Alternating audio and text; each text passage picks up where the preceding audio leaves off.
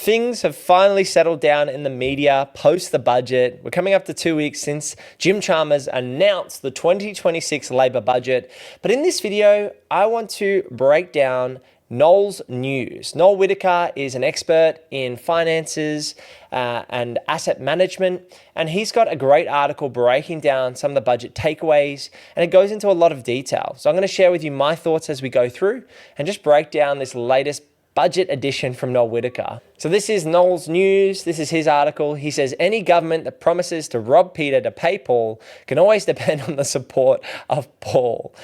And it certainly feels like the government is doing that, robbing from some to take and potentially give to others.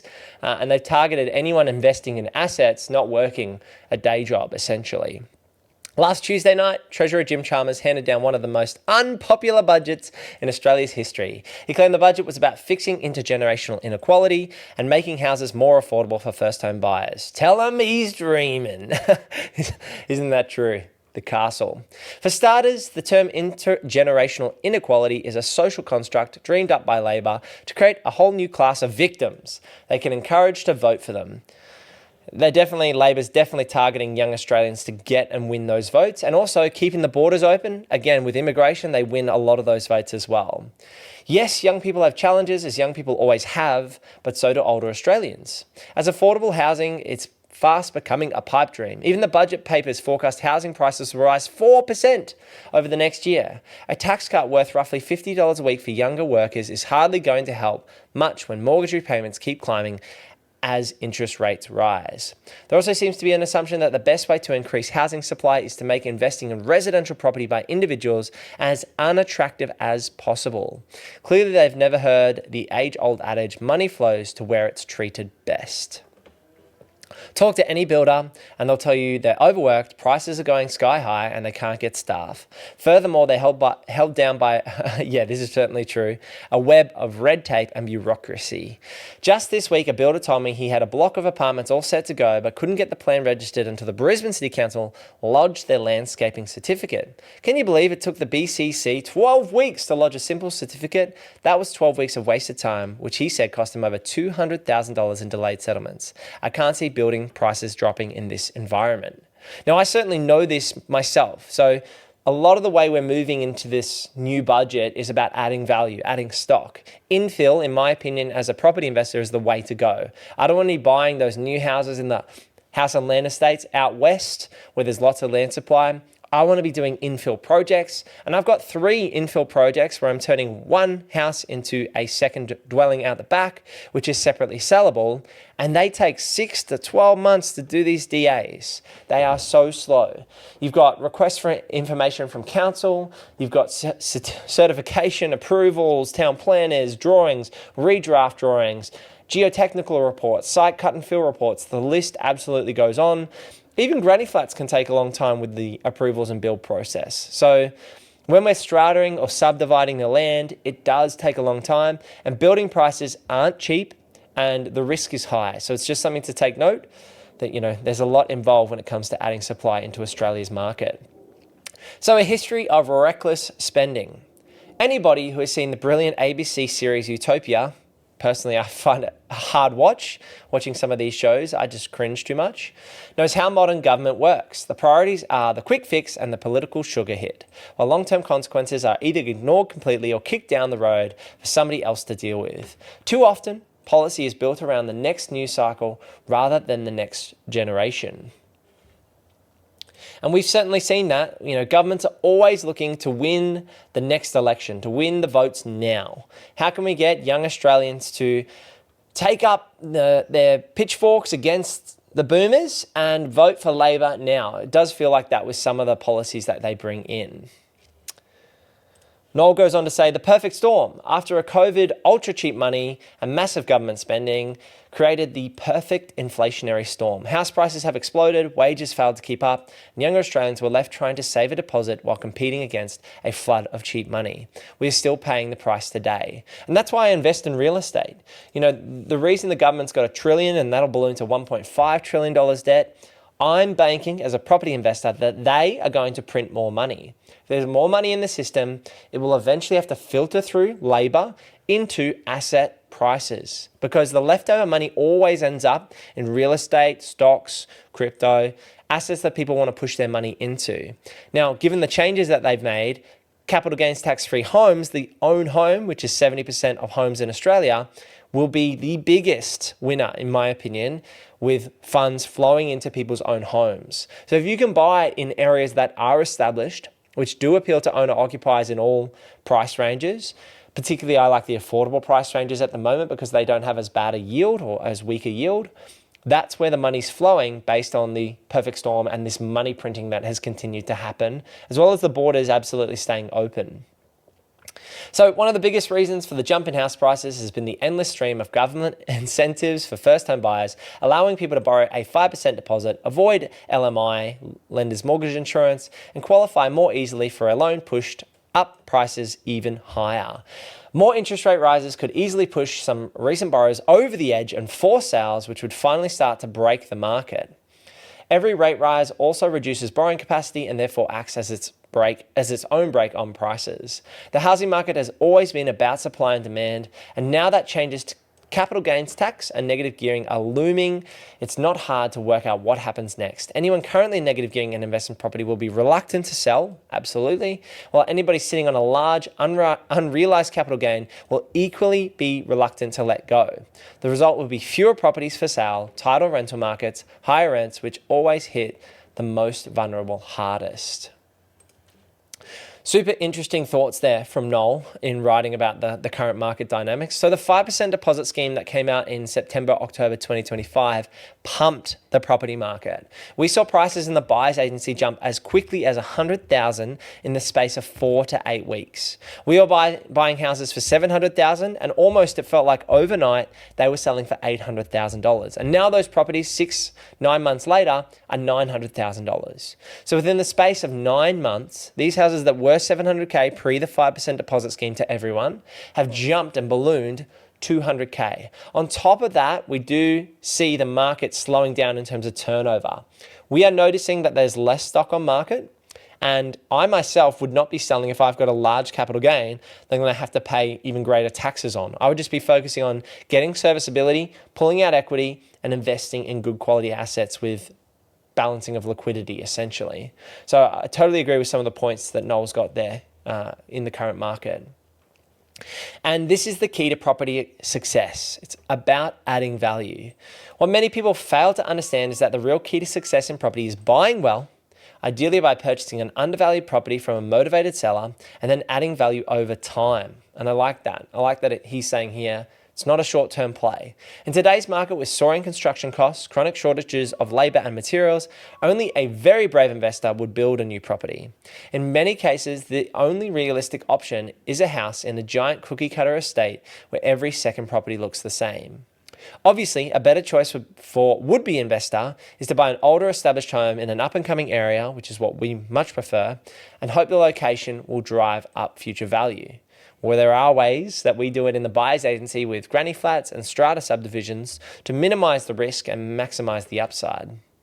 But here's the problem. To add value, repairs and improvements are often needed. If negative gearing on established homes disappears, those repairs will have to be funded from after-tax dollars, with the owner praying they will recover the benefits years later through capital growth. Who in their right mind would do this? I predict fewer investors, fewer rental properties and higher rents, with poorer Australians once again wearing the pain.